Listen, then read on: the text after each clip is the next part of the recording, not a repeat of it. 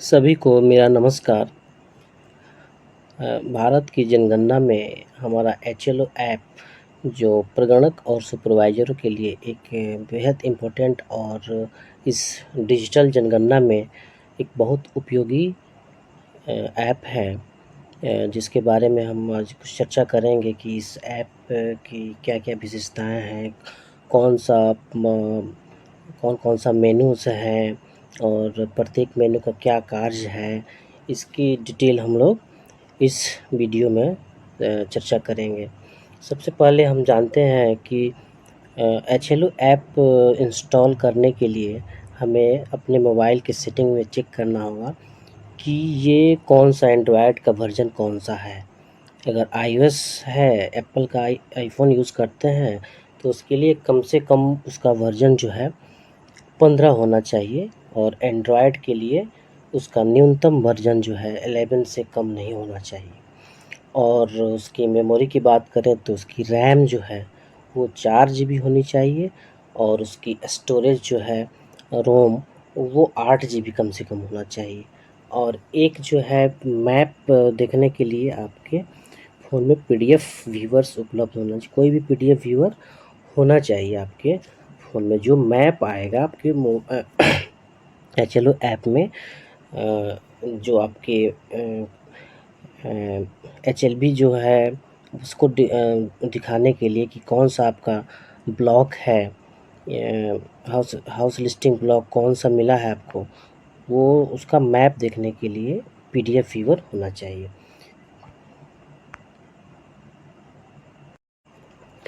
App app को हम जो है प्ले स्टोर से इंस्टॉल करेंगे। इंस्टॉल करने के बाद जैसे ऐप को हम लोग ओपन करेंगे, तो ऐप कुछ इस तरह से खुलेगा, जिसमें सबसे पहले आपसे कहेगा यूज़र आईडी के लिए। और उससे पहले हम देखेंगे सबसे ऊपर में जो है आपको एक लैंग्वेज का ऑप्शन है, इंग्लिश। तो इस ऐप की एक विशेषता है या फिर ड्रॉबैक कहिए जो कहिए, कि इसमें जो है अगर एक बार आपने लैंग्वेज जो सेलेक्ट कर लिया, वो लैंग्वेज चाहे आप डिवाइस भी चेंज कर लें, कोई मोबाइल भी चेंज कर लें, तो ये जो लैंग्वेज है, लैंग्वेज कभी चेंज नहीं होगा।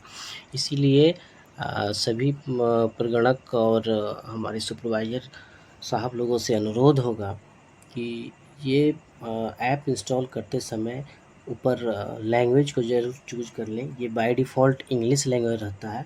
आप अपनी सुविधा के अनुसार इंग्लिश, हिंदी जो भी आपको कंफर्टेबल हो जिस लैंग्वेज में, उसे चूज़ करना है और सेलेक्ट करना होगा, क्योंकि ये इम्पोर्टेंट है। उसके बाद आप नहीं चेंज कर सकते हैं। हिंदी में करेंगे तो जितने भी ऑप्शंस आएँगे वो हिंदी में खुलेंगे और इंग्लिश चूज़ कर रहे हैं तो इंग्लिश में खुलेंगे। तो आप जिस लैंग्वेज में कंफर्टेबल हैं उस लैंग्वेज का यूज़ यहाँ पे कर सकते हैं। चलिए नेक्स्ट बात बताते हैं कि ये लैंग्वेज चूज़ अगर कर लेते हैं, उसके बाद यूज़र आईडी आपसे पूछेगा। यूज़र आईडी जो आपके एसएमएस के थ्रू या ईमेल के थ्रू अगर आपके मोबाइल पे गया है, तो वहाँ से यूज़र आईडी नोट कर लें और इसमें यूज़र आईडी डालें। फिर नीचे जो कैप्चा कोड डाला गया है, कैप्चा कोड को एंटर करें और फिर लॉगिन करें। और लॉगिन करते ही देखिए ये भाषा चयन के उस समय भी कर सकते हैं, इसके बाद भी आएगा कि भाषा चेंज करें। तो अगर बाय डिफ़ॉल्ट इंग्लिश है, यहाँ पे अगर कन्फर्म कर दिए तो इंग्लिश भाषा रह जाएगी।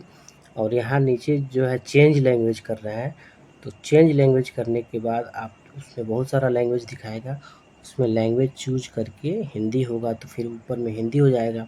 फिर उसको हम लोग कन्फर्म कर सकते हैं कि ये भाषा बदल सकते हैं। चलिए अब भाषा बदल लेने के बाद फिर क्या होगा कि आपके मोबाइल पे एक ओटीपी जनरेट होगा।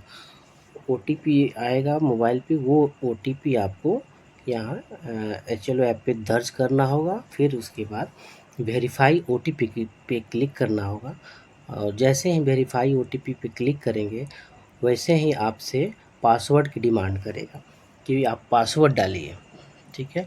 तो पासवर्ड भी जो आपके एसएमएस के थ्रू या ईमेल के थ्रू जो गया है, वो पासवर्ड कुछ टेढ़ा-मेढ़ा सा है, तो वो पासवर्ड कोई भी कैरेक्टर उसमें छोड़ना नहीं है, फिर नहीं तो अन्यथा लेगा नहीं।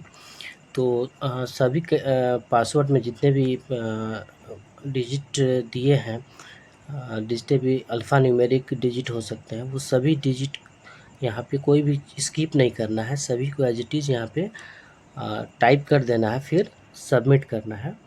उसके बाद आपका लॉगिन हो जाएगा। उसके बाद जो है आपको एक ऐप जो है पिन सेट करने के लिए बोलेगा। 4 डिजिट का ये पिन होगा, ठीक है?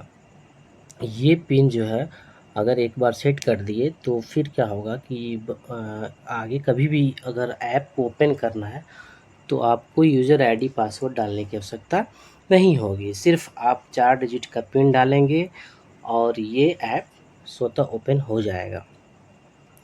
चलिए, ये ओपन होने के बाद हमारा कैसा मतलब वो शो करेगा ऐप, उसका इंटरफ़ेस क्या होगा? तो जैसे ही ये ओपन होगा तो उसमें सबसे पहले जो है आपका जो एचएलबी एलोकेट हुआ है उसका डिटेल दिखाएगा। देखिए सबसे ऊपर में दिखा रहा है सेलेक्ट एचएलबी, एचएलबी आ रहा है, स्टेट दिखा रहा है, स्टेट का कोड दिखाएगा, डिस्ट्रिक्ट दिखाएगा, डिस्ट्रिक्ट का कोड दिखाएगा, सब डिस्ट्रिक्ट का कोड, विलेज टाउन उसका नाम और कोड, कौन सा वार्ड है उसका कोड दिखाएगा और एचएलबी नंबर जो हाउस लिस्टिंग ब्लॉक का जो नंबर है वो आपको दिखाएगा। अब इसमें ये है कि आप एक बार अपने जो जॉइनिंग लेटर मिला है उससे आपको एक बार इसको वेरीफाई कर लेना है। अगर कोई भी अगर इश्यू आ रहा है, कोई डिफरेंसेस आ रहे हैं तो हमें तुरंत इसकी सूचना चार्ज ऑफिस में देनी है, वहाँ से इसे ठीक कर देंगे। तो आपके ब्लॉक जो आवंटित हुए हैं, आपको लेटर जो आवंटित हुआ है उसके अकॉर्डिंग इसको चेंज कर सकते हैं हम। चलिए अब नेक्स्ट इसी में है एज़ पर लेआउट मैप।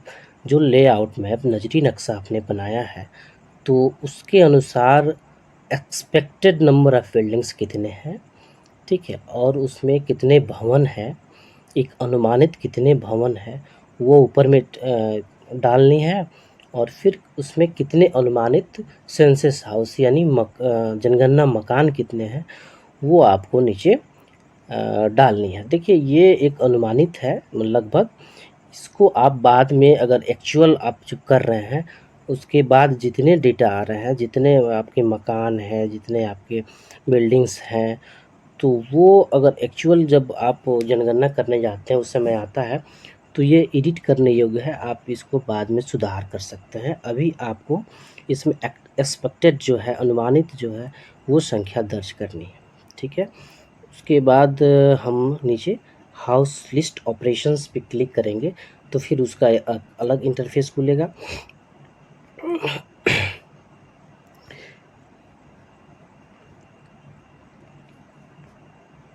देखिए इसका एक अलग इंटरफेस खुलेगा।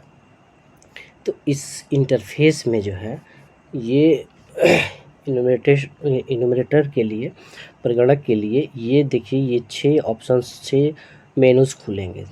इस मेनूज़ के बारे में हम थोड़ी चर्चा करते हैं कि इसमें जो है फर्स्ट मेनू जो आपको दिख रहा है वो है न्यू हाउस होल्ड एंट्री। अगर हमको जनगणना ये क्या कहते हैं सेंसस हाउस की गणना एचएलओ ऑपरेशंस करना है तो हम क्या करेंगे, न्यू हाउस लिस्ट एंट्री पे क्लिक करेंगे। नया घर किसी पे गए उसका डिटेल हमें भरना है तो हम न्यू हाउस लिस्ट एंट्री पे क्लिक करेंगे। इससे हम जितने भी हमारे 34 क्वेश्चंस हैं इस क्लिक करने के बाद वो ओपन हो जाएंगे, ठीक है? और नेक्स्ट है हमारा अपडेशन डेटा।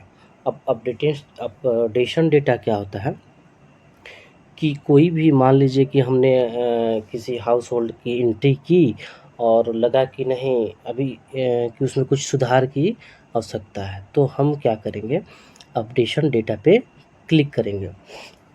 तो अपडेशन डेटा में है कि किसी भी कॉलम का एक पार्टिकुलर कॉलम हो सकता है या फिर 2 कॉलम हो सकते हैं, जितने कॉलम है उतना का हम लोग इसमें अपडेट कर सकते हैं, ठीक है?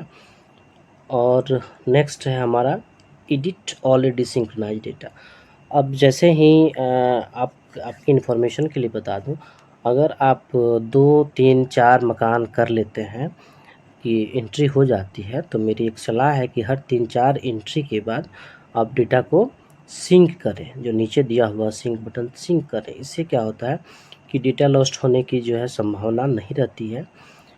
कभी बाय द वे आपका मोबाइल हैंग हो गया या जो कुछ भी हो गया, मोबाइल गुम हो गया, तो आपने जितने भी हाउस होल्ड का वो गणना किए हुए हैं, तो वो लॉस्ट हो जाएगा। तो इससे बचने के लिए दोबारा मेहनत नहीं करें, दोबारा उसके घर नहीं जाना पड़े। इसलिए मेरी सलाह है कि आप हर 3 4 डेटा हाउस होल्ड की गणना करने के बाद डेटा को सिंक्रोनाइज कर दें। चलिए, तो एडिट ऑलरेडी सिंक्रोनाइज डेटा जो है, इसमें जो है अगर कोई डेटा सिंक्रोनाइज कर दिए तो उसकी हम एडिटिंग कर सकते हैं। कोई अगर सिंक्रोनाइज करने के बाद भी अगर हमें पता चला या फिर किसी हाउस होल्ड के द्वारा बताया कि नहीं ये यहाँ ये होना चाहिए, हमने ये बता दिया है, एक्स वाई जेड कोई भी एरर हो सकता है उसके, तो उसमें हम कुछ भी अपडेट कर सकते हैं। लेकिन अपडेशन डेटा और एडिट ऑलरेडी सिंक्रोनाइज डेटा, ये दोनों ही एडिट के लिए है, लेकिन एक इसमें अंतर है। अपडेशन डेटा में क्या है कि अपडेशन डेटा में किसी एक अगर कॉलम को करना है तो उसको हम एडिट कर सकते हैं। 1 2 3 4 कितने भी कॉलम है उसको अपडेट कर सकें, सिंगल कॉलम को भी अपडेट कर सकते हैं। लेकिन एडिट ऑलरेडी सिंक्रोनाइज डेटा का ये रूल है कि हमने अगर किसी भी हाउस होल्ड का अगर डेटा एडिट करते हैं तो उसके टोटल 34 क्वेश्चन जो होते हैं उस सभी को पुनः एडिट करना होगा, पुनः डालना होगा। ठीक है, किसी पार्टिकुलर कॉलम को एडिट नहीं कर सकते हैं। ये हमारा अपडेशन डेटा और एडिट ऑलरेडी सिंक्रोनाइज डेटा का रूल है। अच्छा, नेक्स्ट आते हैं व्यू समरी। व्यू समरी में क्या है, हमने जितने भी डेटा का एंट्री कर दिया है, जितने भी हाउस होल्ड की एंट्री कर दी है, उसका एक समरी शो करेगा इसमें कि कितने किया है। सबको देखने के लिए हम एडिट व्यू समरी का उपयोग करेंगे। और नेक्स्ट सिंक है, तो सिंक्रोनाइजेशन के लिए होता है, जैसे मैंने पहले बताया कि हर 3 4 मकान करने के बाद आप निश्चित रूप से डेटा को सिंक्रोनाइज कर दीजिए। ठीक है, सिंक्रोनाइज करते जाइए। और लास्ट सिंक्रोनाइज करने का ये सेंस है कि ये डेटा जैसे हम सिंक्रोनाइज करते हैं, ये डेटा हमारे सेंसस के सर्वर पे पहुंच जाता है, स्टोर हो जाता है, सेव हो जाता है। तो अगर मोबाइल गुम हो गया या किसी कारणवश जो है हम दूसरे मोबाइल में भी अगर इसको यूज़ करेंगे तो क्या होगा कि वो वहाँ से डेटा हमारा रिट्राइव हो जाएगा, वापस आ जाएगा। ठीक है, चलिए, तो नेक्स्ट है मार्क एज कंप्लीट। तो मार्क एज कंप्लीट का यूज़ कब करना है, जब हमारा जितने भी हाउस होल्ड हैं हमारे HLB ब्लॉक में जितने भी हाउस होल्ड हैं, अगर हर घर की एंट्री, हर घर का डेटा अगर हो चुका है, एंट्री हो चुका है, सिंक्रोनाइज कर दिए हैं, तो हमें क्या करना है, मार्क एज कंप्लीट करना है, यानी लास्ट फेज़ है ये इसका।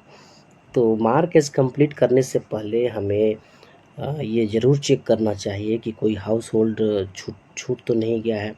तो जितने भी हाउस होल्ड हैं उसको पुनः एक बार जांच कर लें कि सबकी एंट्री हो गई है, फिर हम मार्क एज कंप्लीट ऑप्शन का उपयोग करते हैं।